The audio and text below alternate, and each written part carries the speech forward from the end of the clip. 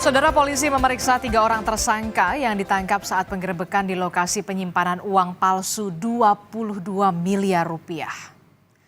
Ketiga tersangka diperiksa intensif oleh Subdit Ranmor Direktorat Reserse Kriminal Umum Polda Metro Jaya. Polisi telah menyita alat pencetak uang dan penghitung uang dari lokasi penggerebekan uang palsu di sebuah kantor akuntan publik di Jalan Serengseng Raya, Kembangan, Jakarta Barat. Petugas masih mendalami keterangan ketiga tersangka termasuk menelusuri keterlibatan pihak-pihak lain. Ini sudah diamankan oleh penyidik Subdit Ranmor di Treskrim berawal dari adanya informasi dari masyarakat, akhirnya ditindaklanjuti oleh penyidik dan berhasil diungkap ini.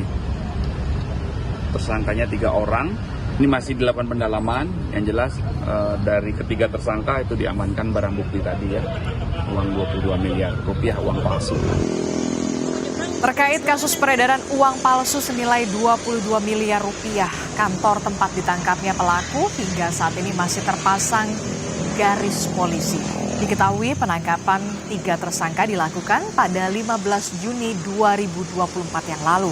Dalam pantauan tim Kompas TV di lokasi, TKP ditangkapnya tersangka kasus peredaran uang palsu di Serengseng masih terpasang garis polisi. TKP ditangkapnya pelaku diketahui merupakan sebuah kantor akuntan publik, kantor likuidator Umaryadi.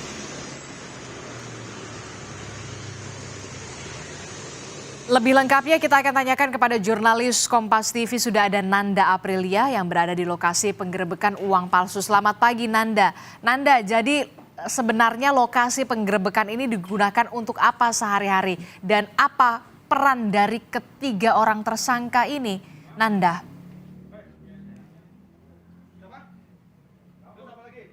Selamat pagi Adisti, terkait dengan peran sampai dengan kesehariannya seperti apa. Terkait peran ini sebenarnya kita masih menunggu keterangan resmi dari pihak kepolisian lebih detail dan lebih lengkapnya lagi seperti apa. Dan memang polisi akan menjanjikan secepatnya akan ada rilis terkait hal ini. Nah, terkait seperti apa keseharian dari kantor ini, sebenarnya biasanya dari penuturan dari salah satu warga sekitar yang berada di lokasi, ini biasanya memang digunakan sebagai kantor akuntan yang memang aktif di sehari-harinya. Untuk lebih jelasnya lagi, Adisti dan juga saudara sudah bersama dengan saya, warga atau tetangga yang memang berada di samping dari TKP tempat penangkapan ketiga tersangka. Selamat pagi Pak Yudo. Pagi, ya Bu. Pak Yudo, bisa diceritakan terkait dengan kronologi penangkapan di tanggal 15 Juni kemarin seperti apa Pak? Itu kemarin tanggal 15 Juni kalau nggak salah hari Sabtu ya. Sabtu kejadian itu antara jam 9 malam sampai jam setengah 10 malam. Saya tahu kejadian itu jadi orang yang jaga anak-anak saya tuh ada 2 orang, kebetulan tidur di atas. Itu mereka panik karena ada suara tembakan 2 kali dan ada orang berlarian di atas rumah saya gitu loh. Gitu. Jadi kalau kejadian detailnya seperti apa, saya pikir saya nggak terlalu tahu ya. Sampai saya keluar karena yang jaga anak saya panik. Ada rampok Pak, saya pikir cuma keributan antar anak-anak di jalan seperti biasanya gitu. Ternyata pas saya keluar rumah, memang ternyata ada kejadian gitu. Rumah kantor ini, maksudnya kantor Umaryadi ini sempat ramai sekali dan menimbulkan kemacetan. Kalau kejadian detailnya saya kurang paham gitu ya. Berarti tadi Pak Yudo sebelum kita melaporkan di sini, tadi menceritakan juga sebenarnya para pelaku ini naik ke atas atap rumah Pak Yudo begitu ya? Berarti ada upaya untuk melarikan diri atau? Iya, mereka sempat berlarian di atap, mungkin berusaha untuk melarikan diri ya. Tapi saya cuma dengar suara stop, kalau nggak saya tembak kamu gitu. Terdengar suara tembakan 2 kali yang saya dengar gitu. Pak Yudo, terkait kantor ini sebenarnya sudah berapa lama Pak beroperasi? Kalau kantor ini sebenarnya udah lama ya, cuman ini udah berubah bentuk sekitar 3 kali, ganti pemiliknya juga udah beberapa kali ya. Jadi kebetulan saya tinggal di Serengseng ini udah sekitar 30 tahun lebih. Jadi apal gitu penghuni sebelumnya siapa aja. Nah ini penghuni yang sekarang kayak saya kurang tahu siapa.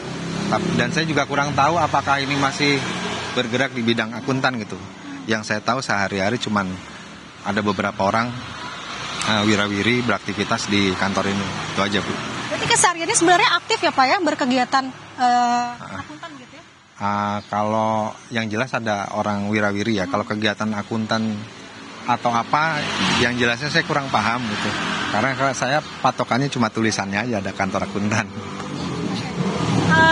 Sebenarnya untuk kantor ini Bapak tahu nggak ini memang kepunyaan atau hanya ngontrak saja atau seperti apa?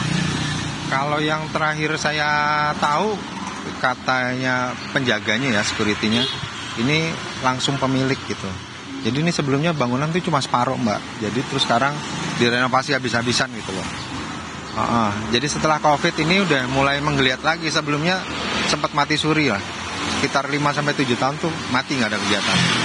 Pak Yudo, terkait dengan 3 tersangka yang ditangkap, apakah Bapak tahu atau mengenal apakah ini karyawan atau apa yang bekerja di kantor ini atau seperti apa Pak? Kalau secara physically saya nggak kenal sama sekali gitu. Dan memang masih simpang siur sih yang ditangkap itu berapa orang. Tapi yang kami lihat dari pagernya si akuntan, saya lihat ada 3 orang gitu. Tapi entah lebih entah kurang saya nggak tahu. Pastinya kurang tahu. Bapak juga jarang berinteraksi ya kepada pemilik si kantor ini? Jarang sering ke kantor atau seperti apa Pak untuk pemiliknya? Kalau pemiliknya sendiri saya kurang paham ya. Cuman yang jelas katanya kalau Bapak datang katanya security itu ada mobil merah 2 pintu Mazda kalau nggak salah. Jadi kalau dia ada berarti mobilnya ada gitu. Patokan itu. Pertanyaan lagi Pak, di halaman kantor ini ada mobil dengan plat nomor TNI. Bapak tahu ini kepunyaan siapa Pak? Sebelumnya sih nggak pernah kelihatan, baru kali ini aja kelihatan pas kejadian itu ada mobil TNI ini. Gitu. Sebelumnya nggak pernah kelihatan. Itu aja. Terima kasih banyak Pak Yudo atas waktunya bersama dengan Kompas TV. Selamat beraktivitas kembali Bapak. Itu tadi penuturan dari salah satu warga. Yang kita nantikan Adisti adalah penjelasan lebih lengkapnya dari pihak kepolisian apakah pemiliknya ini juga terlibat dalam kasus ini, peredaran uang palsu senilai 22 miliar ini. Kita tunggu ke update-nya dari pihak kepolisian. Sementara demikian Adisti kembali ke studio. Yang menjadi perhatian tentu saja dari pihak polisi, selain ketiga orang tersangka, adakah kemudian penelusuran yang lebih mendalam terkait dengan keterlibatan pihak lain dari kasus ini, karena memang mengingat barang buktinya ada banyak sekali 22 miliar rupiah uang palsu. Terima kasih informasinya, jurnalis Kompas TV Nanda Aprilia melaporkan langsung dari Srengseng, Kembangan, Jakarta Barat.